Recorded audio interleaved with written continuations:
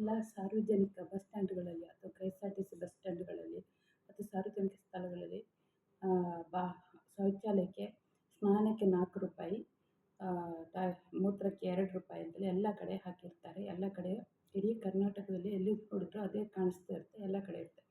ಆದರೆ ಮೊನ್ನೆ 15ನೇ ತಾರೀಕು ಉಡುಪಿಯಲ್ಲಿ 15ನೇ ತಾರೀಕು ಸಂಜೆ 6:30 ಗಂಟೆಗೆ ಉಡುಪಿ ಹೊಸ ಕೆ.ಎಸ್.ಆರ್.ಟಿ.ಸಿ. ಬಸ್ ಸ್ಟ್ಯಾಂಡಲ್ಲಿ ಒಬ್ಬ ಹಿಂದಿಯವರು ಕೂತ್ಕೊಂಡು ಎಲ್ಲರ ಹತ್ರ ₹10 ವಸೂಲಿ ಮಾಡ್ತಿದ್ದ. ಅದಕ್ಕೆ ನಾನು ಅಕಸ್ಮಾತಾಗಿ ನಾನು ಚಿಕ್ಕಮಗಳೂರಿಗೆ ಹೋಗಿ ಬಂದಾಗ ಅಲ್ಲಿ ಅವನ ಹತ್ರ ಕೇಳಿದೆ, ಯಾಕೆ ₹10 ವಸೂಲಿ ಮಾಡಿಕೊಡ್ತೀಯ, ಎಲ್ಲ ಕಡೆ ಒಂದೇ ಇರು. ಅದಕ್ಕೆ ಅವನು ಎಲ್ಲರ ಹತ್ರ ಇಲ್ಲ, ₹10 ಕೊಡಲೇಬೇಕು, ಇಲ್ಲಾಂದರೆ ಯಾರೂ ಬಾತ್ರೂಮಿಗೆ ಹೋಗೋಕ್ಕಿಲ್ಲ, ₹10 ಕೊಟ್ಟೇ ಹೋಗಬೇಕು ಅಂತ ಹೇಳ್ದ. ಅದಕ್ಕೆ ನಾನು ಹೇಳಿದೆ, ನಿಂದೇನು ಹೊಸ ರೂಲ್ಸು, ಎಲ್ಲ ಕಡೆ ಇರೋದು ₹5. ಈಗ 2 ಮತ್ತು ₹4 ಅಂತೇಳಿ ಕೊಟ್ಟಿರೋದು, ಅಂದರೂ ₹5 ಒಂದು ಮಾಮೂಲಿ ಕೊಟ್ಟು ಹೋಗ್ತಾರೆ. ಅದಕ್ಕೆ ನಿಂದು ಮಾತ್ರ ಹೊಸ ರೂಲ್ಸ್ ಏನು, ಕೊಡಲೇಬೇಕು, ಕೊಡದಿದ್ರೆ ಆಗಲ್ಲ ಅಂತೇಳಿ ಎಲ್ಲರ ಹತ್ರ ವಸೂಲಿ ಮಾಡುತ್ತೆ. ನಾನು ಅಷ್ಟು ಜೋರು ಮಾಡಿದ್ದಕ್ಕೆ ನನ್ನ ಹತ್ರ ₹5 ತಗೊಂಡ. ಅದಕ್ಕೆ ನಾನು ಹೇಳಿದೆ, ನಾನು ಡಿ.ಸಿ ಅವರಿಗೆ ಕಂಪ್ಲೇಂಟ್ ಕೊಡ್ತೀನಿ, ಡಿ.ಸಿ ಅವ್ರ ಹತ್ರ ಹೋಗ್ತೀನಿ, ಕಂಪ್ಲೇಂಟ್ ಕೊಡ್ತೀನಿ ಅಂದೆ. ಅಷ್ಟೊತ್ತಿಗೆ ಬದ್ಮಾಷ್ ಕೆಲಸ ನೀನು ಮಾಡಬೇಡ ಅಂದ ನನ್ನ ಹತ್ರ.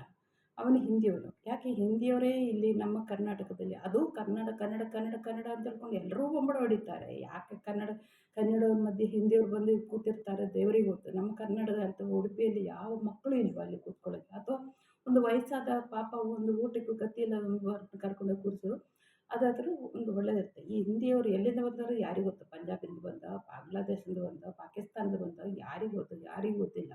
ಅವ್ರು ನೋಡಿದ್ರೆ ಹಿಂದಿಯವರೇ ಈಗ ಎಲ್ಲ ಕಡೆ. ಒಂದು ಫಾಸ್ಟ್ ಫುಡ್ ಅಂಗಡಿಗೆ ಹೋದರೆ, ಒಂದು ಕ್ಯಾಂಟೀನ್ಗೆ ಹೋದರೆ, ಒಂದು ಹೋಟ್ಲಿಗೆ ಹೋದರೆ ಎಲ್ಲ ಹಿಂದಿಯವರೇ ಇರೋದು.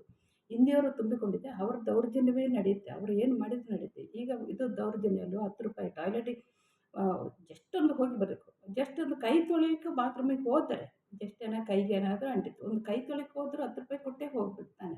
ಇದನ್ನು ಯಾರು ಹೇಳೋರಿಲ್ವಾ? ಯಾರೂ ಕೇಳೋರಿಲ್ಲ. ಯಾರಿಗೂ ಇದ್ರ ಬಗ್ಗೆ ತಲೆಬಿಸಿನೇ ಇಲ್ವಾ? ಸಂಜೆ 6:30ಗೆ ಶನಿವಾರ 15/3/2025 ಸಂಜೆ 6:30ಗೆ ಇವನು ತಗೊಳ್ತಾ ಇದ್ದು ನಾನು ನೋಡಿರೋದು. ಅದಕ್ಕೆ ಮುಂಚೆ ನಾನು ಸತಿ ಹೋಗಿದ್ದೆ, ಅದು ಬೆಳಿಗ್ಗೆ ಹೊತ್ತು. ಆವಾಗ ₹5 ತಗೊಂಡಿದ್ದಾರೆ. ಅದು ಅವನಲ್ಲ, ಬೇರೊಬ್ಬರು. ಇವನು ಕೂತ್ಕೊಂಡ ಎಲ್ಲರ ಹತ್ರ ₹10 ವಸೂಲಿ ಮಾಡ್ಕೊಂಡು ಕೇಳಿದರೆ ಅವನು ಉಲ್ಟಾ ಮಾತನಾಡ್ತಾನೆ, ಬಾಯಿಗೆ ಬಂದಂತೆ ಹೇಳ್ತಾನೆ. ಅದಕ್ಕೆ ನೀವು ದಯವಿಟ್ಟು ಇದು ಹಿಂದಿಯವ್ರನ್ನ ತೆಗೆದುಬಿಟ್ಟು ನಮ್ಮ ಉಡುಪಿ ಕನ್ನಡ ಮಾತಾಡೋರನ್ನ ಯಾರನ್ನೊಬ್ಬರನ್ನು ಅಲ್ಲಿ ಹಾಕಿ, ವಯಸ್ಸಾದರೂ ಅಡ್ಡಿಲ್ಲ, ಹಣ ತಗೊಳ್ಳೋಕ್ಕೆ ಯಾರಾದ್ರೇನು, ವಯಸ್ಸಾದರೂ ಏನಾಯಿತು, ಹಣ ತಗೊಂಡು ಲೆಕ್ಕ ಮಾಡಿ ಕೊಡುವಂಥವ್ರಿಗೆ ಕೊಟ್ಟು ಬಿಟ್ಟರೆ ಇದಾಗುತ್ತಲ್ಲ. ಹಿಂದಿಯವ್ರನ್ನ ಯಾಕೆ ಸೆಲೆಕ್ಟ್ ಮಾಡಬೇಕು? ಬ್ಯಾಂಕಿಗೆ ಹೋದರೆ ಅಲ್ಲಿ ಹಿಂದಿ, ಎಲ್ಲೋ ಒಂದು ಸಾರ್ವಜನಿಕ ಪ್ಲೇಸಿಗೆ ಹೋದರೆ ನಮಗೆ ಅಲ್ಲಿ ಹಿಂದಿ ಬರೋಲ್ಲ, ಎಂತ ಮಾಡೋದು? ಅವ್ರ ಹತ್ರ ಮಾತಾಡ್ಲಿಕ್ಕೆ ಬರೋಲ್ಲ, ಅವ್ರ ಬಾಯಿಗೆ ಬಂದಂತೆ ಬೈದರೂ ನಾವು ಬೈಸ್ಕೊಂಡೇ ಬರಬೇಕಾಗುತ್ತೆ. ಅಂಥ ಪರಿಸ್ಥಿತಿಯಲ್ಲಿ ದಯವಿಟ್ಟು ನಾನಿಷ್ಟೇ ಕೇಳೋದು, ಅದಕ್ಕೆ ಜವಾಬ್ದಾರಿ ಇದ್ದವರು ಯಾರೇ ಆದರೂ ಅದೊಂಚೂರು ಸಿ ಸಿ ಟಿ ವಿ ಎಲ್ಲ ಅಲ್ಲೆಲ್ಲ ಇರುತ್ತೆ, ನಿಮ್ಗೆ ಗೊತ್ತಾಗುತ್ತೆ. ಒಂದು ಸರ್ತಿ ಚೆಕ್ ಮಾಡಿ ಆ ಹಿಂದಿಯವ್ರನ್ನ ತೆಗೆದುಬಿಟ್ಟು ಕನ್ನಡದವ್ರನ್ನ ಹಾಕಿ ₹10 ಇದ್ದರೆ ₹5 ಮಾಡಿ.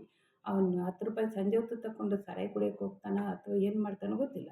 ಈಗ ಮುಂಚೆ ಒಂದು ಸರ್ತಿ ಚಿಕ್ಕಮಗಳೂರಲ್ಲಿ ನಾನೊಂದು 2-3 ಸರ್ತಿ ಟಾಯ್ಲೆಟಿಗೆ ಬೆಳಿಗ್ಗೆ ಬೇಗ ಹೋಗಿದ್ದೇನೆ.